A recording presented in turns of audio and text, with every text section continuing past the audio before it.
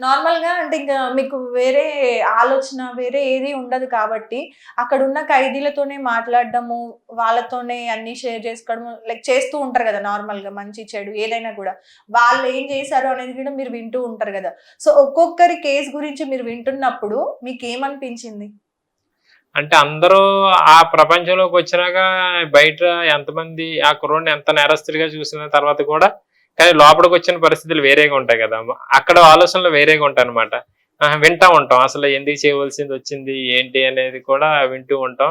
కొంతమంది అంటే రోజు రోజుకి ఏంటంటే సమాజంలో విలువలు పతనమైపోతున్నాయన్నమాట. అంటే కొంతమంది కన్న కూతుర్ని అత్యాచారం చేయడం అంటే ఒక జడ్జి అడిగారట. శిక్ష చేశారట. శిక్ష చేస్తుంటే నేను రియల్‌గా చేసిందన్నమాట. ఏమయ్యా నీకు కన్న కూతుర్ని ఎలా చేయడం నీకేమన్నా అసలు నువ్వు మానవత్వం ఉందా అని అడిగితే జడ్జి గారితో అన్నాడంట ఈ ఖైదీ. లేదండి నేను ఒక ఇత్తనం వేసుకున్నాం. ఆ ఇత్తనం కాయలు కాసిన తర్వాత ఎవడు తింటాడు సార్ నేనే కదా తినేది అని అన్నాడట. అప్పుడు ఆడికి జడ్జికి ఏం మాట్లాడాలో తెలియక నిజంగా జీవితాంతం జైల్లో ఉండే శిక్ష చేసాడనమాట. అటువంటి దారుణమైన సమాజంలో మనం ఉన్నాం. అంటే చాలా మంది అనుకుంటూ ఉంటారు సమాజం ఏంటి ఇలాగ అయిపోతుంది, ఇలాగ అయిపోతుంది అని అంటే ఇయన్నిట్లికి ముడిపడి ఉంటాయి. రాజకీయాలతోటే ముడిపడి ఉంటాయి. కేవలం ఏంటంటే ఈరోజు పథకాలను కోరేసుకోవడమో లేపోతే ఇయ్యి అనుకుంటాం గానీ, కాపోతే ఎందుకు ఈ సమాజం ఎలాగ మారుతుంది అన్న ప్రతి దానికి కూడా జవాబుంటది. ఎందుకంటే ఎందుకు జరిగింది వాస్తవానికి ఏంటంటే మనం ఒకే కోణంలో ప్రభుత్వాలు ఆలోచిస్తాయి. మనం జనం కూడా ఒకటే ఆలోచిస్తారు. ఒక నేరం జరిగిన తర్వాత ఆ వ్యక్తికి శిక్షించేయాలి, అది చేయాలి, ఇది చేయాలి అని అనుకుంటారు. కానీ ఆ వాస్తవ కోణాలను పరిశోధించేదంతా పోలీస్ వ్యవస్థ. హ్మ్. శిక్ష అయితే వేస్తది. ఈ సమాజంలో ఈ వ్యక్తి ఇలా మారుతున్నారేంటి? అంటే ఈ రోజు రోజుకి ఎన్ని శిక్షలేసినా, ఏం చేసినా నేరాలనేవి జరుగుతూనే ఉన్నాయి. ఎక్కడ ఈ రోజు శత్రువు ఎక్కడో లేడు. మన ఇంట్లోనే ఉంటున్నారు. ఎగ్జాక్ట్‌లీ. అంటే నార్మల్‌గా ఇట్లాంటి వాటి గురించి మాట్లాడుకుంటే కూడా, ఇప్పుడు ఈ రోజు మనము ఒక కేస్ ఏదన్నా ఒక హత్య జరిగింది. ఇలాంటిది మళ్ళీ జరగకూడదు అంటే ఒక కొత్త చట్టం తీసుకొస్తాము. రేపు పొద్దున ఈ కొత్త చట్టం తీసుకొచ్చిన తర్వాత ఇంకో కేస్ ఒస్తది. దానికి ఒక కొత్త చట్టం తీసుకొస్తాం. ఇలా ఎన్ని చట్టాలను గవర్నమెంట్ తీసుకొస్తది? మనిషి మార్పు, మనిషి మైండ్ సెట్‌ని గవర్నమెంట్ ఎన్ని చట్టాలు తీసుకొచ్చినా ఏం చేయగలుగుతది? నేను ఇప్పుడు మిమ్మల్ని ఏదైనా చెయ్యాలి అని ఉంది పగ ఎవరికైనా. బట్ ముందే వాడికి తెలుసు గదా! తప్పు చేస్తున్నాను అనేది ముందే వాడికి ఆలోచన ఉంది. చేసేవాడికి తెలీదా నేను తప్పు చేస్తున్నాను, దీనికి శిక్ష పడతది, నేను అనుభవించాలి అనేది. అయినా సరే తెగిస్తున్నాడు అంటే మార్పు ఎక్కడ జరగాలి? చేసేవాడి మైండ్ మారాలి. కదా! అది ఎక్కడ మారుతదంటే అది మానసిక శాస్త్రవేత్తలు నుంచి వాళ్ళు చెప్తా ఉంటారు. అలాంటప్పుడు ఇంటింటికి ఒక డాక్టర్ ఉండాలి. ఎంత డాక్టర్ ఉన్నా ఏం డాక్టర్ చేసినా అనేది ఏం కాదు. చిన్న చేస్తాము? వయసులోనే ఏ విషయం అయినా కదా సిగ్మన్ ఫ్రాయిడ్ కూడా ఇదే చెప్తాడు. 7 సంవత్సరాల నుంచి ఆ మైండ్ లో కొన్ని విషయాలు పాతిపోతా ఉంటాయంట. ఆ పాతిపోయేటప్పుడే 7 సంవత్సరాల నుంచి కూడా వాడికి మంచి విలువలను నేర్పించాలని చెప్తా ఉంటాడనమాట. ఎగ్జాక్ట్‌లీ. 7 సంవత్సరాల నుండి మంచి విలువలను నేర్పింది. ఇప్పుడు మీ తల్లిని తీసుకుంటే మీకు మంచి విలువలతోనే మిమ్మల్ని పెంచింది. ఈ స్థాయికి మిమ్మల్ని తీసుకొచ్చింది. అవునా? అయినా సరే మీరు 5 సంవత్సరాలు జైలుకెళ్లారు. మరి అంటే మీ మానసిక పరిస్థితి బాలేనట్టా? మీ అమ్మగారు మీకు విలువలు చెప్పనట్టా? లేదంటే మీ మీద హత్య ఎవరైతే చేశారో అని ఆరోపణ చేశారో వాళ్ళు తప్పు చేసినట్టా? అంటే వాళ్ళ సైడ్ నుండి మిస్టేక్ ఉన్నట్టా? సో, అంటే ఎలా చూసినా సరే ఇప్పుడు మీరు సామాన్యమైన వ్యక్తి. అవునా? మీ మీద గూడా ఇలాంటి కేసొచ్చింది. అవునా? ఒక హత్య కేసొచ్చింది అది గూడా. ఒక ఏమంటారు రెస్పెక్టెడ్ పొజిషన్‌లో ఉన్న ఒక పర్సన్‌ని హత్య చేయబోయారు అనేది ఒకటి మీ మీద వచ్చిన కేసిది. అవునా?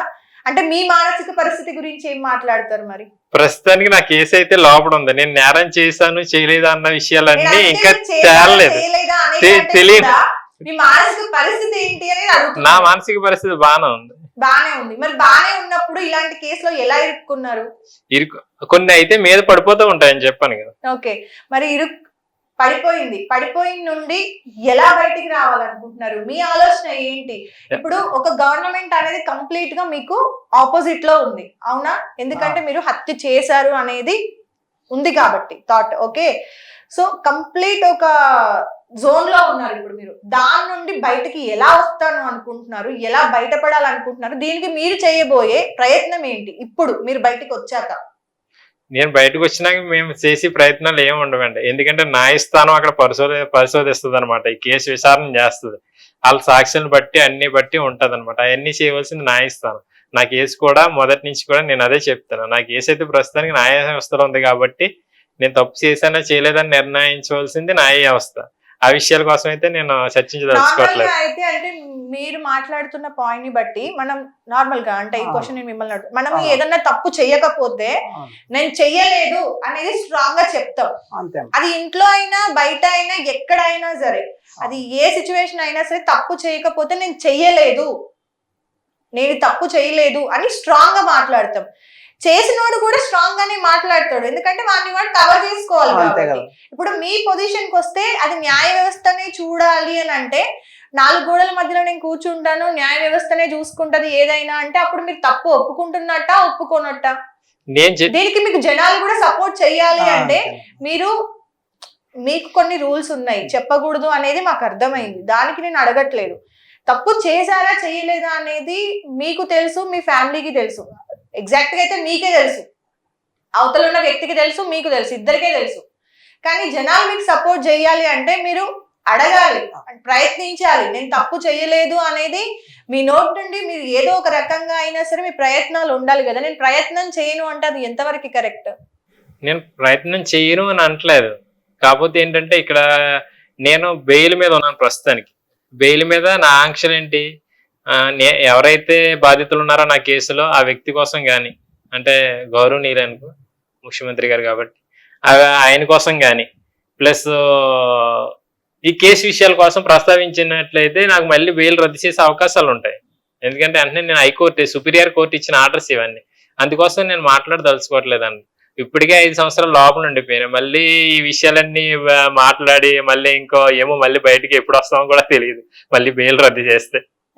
అందుకోసం ఆ థాట్ తోని మీరు ఎవరైతే మీ కేసులో ముఖ్యమైన పర్సన్ వైఎస్ జగన్మోహన్ రెడ్డి గారు కోర్టుకు హాజరయ్యి అసలు జరిగిందా జరగలేదా, అసలు ఏం జరిగింది అనేది చెప్పాలి. కానీ ఇప్పటి వరకు కూడా మీ కేసులో ఆయన హాజరు అవ్వలేదు. ఏ విషయం కానీ చెప్పట్లేదు ఓపెన్ గా, ఇది జరిగింది ఇది జరగలేదు అనేది. ఎందుకని మీరేమనుకుంటున్నారు, ఎందుకు చెప్పట్లేదు అనుకుంటున్నారు? ఎందుకు అని అంటే మేము చెప్పడం లేదు కదా, కోర్టు విషయాలన్నీ, కోర్టు పిలవవలసిన విషయాలు. ఓకే, అయితే ఈ విషయాన్ని నేను ఒకసారి మీ బ్రదర్ తో కూడా అడిగి తెలుసుకుంటాను. సార్, మీరు 5 సంవత్సరాల నుండి కూడా ఈ ఏదైతే పరిస్థితి మీరు ఎదుర్కొంటున్నారో దీని దగ్గర నుండి కూడా చూస్తూ బాధపడుతూ వస్తున్నారు కదా. సో మీ తమ్ముడి పైన వచ్చిన ఈ కేసు ఏదైతే ఉందో, అవతల వ్యక్తి అనేది చాలా పెద్ద person, respectable person, right? So ఎవరైతే జగన్మోహన్ రెడ్డి గారు ఉన్నారో ఆయన కోర్టుకు హాజరయ్యి జరిగింది జరగలేదు, ఎస్ దాడి చేశాడు లేదా దాడి చెయ్యలేదు అనేది ఎందుకని చెప్పట్లేదు, మీరేమనుకుంటున్నారు? ఏమనుకుంటున్నానంటే అమ్మా, మా ఉద్దేశపరంగా ఆయన అప్పుడు ప్రతిపక్ష నేత, జగన్మోహన్ రెడ్డి గారు ప్రతిపక్ష నేత.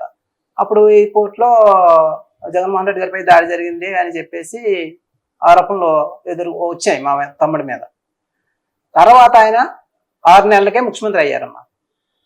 ఆయన మీద దాడి జరిగింది జరగలేదు అన్నది ఎయిర్పోర్ట్లో ఆ పరిసర ప్రాంతాల్లో జగన్ గారికి తెలియాలి, ఆ చుట్టుపక్కల ఉన్న సైన్యానికి, ఆయన సెక్యూరిటీ వాళ్ళకి తెలియాలి, పక్కన ఎవరైతే ఉన్నారో వాళ్ళందరికీ తెలియాలి. బయట ఉన్న వాళ్ళు మనకేం తెలుస్తుందమ్మా, తెలియదు. ఇలా జగన్మోహన్ రెడ్డి గారిపై మీ తమ్ముడు కోడిగత్తో దాడి చేశాడు అని ఇలాగా కాలు రావటం, నేను చూడటం, బాధపడటం, ఒక 10 నిమిషాలకే, ఒక అరగంట అయినప్పటికీ వైరల్ అయిపోయింది బయటికి మీడియా ద్వారా. ఇలాగ వైఎస్ జగన్మోహన్ రెడ్డి గారిపై కోడిగత్తో దాడి ఎయిర్పోర్ట్లో అని చెప్పేసి వైరల్ అయ్యి, ఇంకా మనం ఏం చెప్పినా జనాలు ఏదైతే కా అంటే కా, కీ అంటే కీ, అది నడిచింది. నడిచిన తర్వాత అప్పుడు 6 నెలలకే ఆయన మళ్ళీ అధికారంలో ముఖ్యమంత్రి అయ్యారు. ముఖ్యమంత్రి అయిన తర్వాత మేము ఒకటే కోరుకున్నామండి, అయ్యా మీరు అప్పుడు ప్రతిపక్ష నాయకుడు, మీరు ముఖ్యమంత్రి అయ్యారు, రాష్ట్ర ప్రజలను పరిపాలించే ఒక తల్లి లాంటి వారు మీరు. అయ్యా మేము పేద కుటుంబం, దళిత కుటుంబం, చాలా తప్పు చేశాడా చేయలేదా అన్నది పక్కన పెట్టి మీరు మాకు ఎన్ఓసి ఇవ్వండి, మాకు క్షమాభిక్ష పెట్టండి, తప్పు కనుక చేసుంటే శిక్ష చేయండి, అయినా సంతోషపడతాం, లేదు అంటే మీరు కోర్టుకు వచ్చి సాక్ష్యం చెప్పండి అయ్యా అని. మేము తిరగని ప్రదేశము లేదు, ఎన్నో అర్జీలు పెట్టుకున్నాం కోర్టులు, సుప్రీంకోర్టు కూడా లెటర్ రాసాం. ఎన్వి రమణ గారు ఉన్నారు అప్పుడు, అయ్యా మాకు సుప్రీంకోర్టుకి వచ్చేంత స్తోమత మా దగ్గర లేదయ్యా, ఒక లెటర్ విన్నతి పత్రం మేము రాసుకుంటున్నాం అని చెప్పేసి తెలుగులో రాసాం. మేము చేసిన తప్పు అది. అక్కడి నుంచి రిఫండ్ ఏమైనా వచ్చిందంటే, తెలుగులో సుప్రీంకోర్టులో యాక్సెప్ట్ చేయరు, మీరు ఇంగ్లీష్లో రాసి పంపించండి అని మాకు తిరిగి వచ్చింది. ఇప్పటికి 2 నెలలకు 3 నెలలకు మేము పంపిన లెటర్. ఎంత దారుణం. తెలుగులో రాసి పంపితేనే కేసు అర్థం అవడం ఏంటి అర్థం కాదు.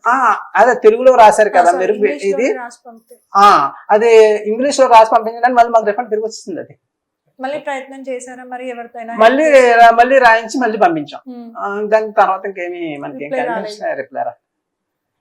ఉన్నత న్యాయస్థానంలో కూడా మన తెలుగు తెలుగు భాషకి అలాగ భాషకి ఉంది. అంత విలువ ఉన్నదని ప్రతి మాతృభాష Actually, కాపాడుకోండి అదే కాపాడండి నేను shock లో అనుకున్నారు. ఉన్నా. అంటే అవును. ఒక ఏమంటారు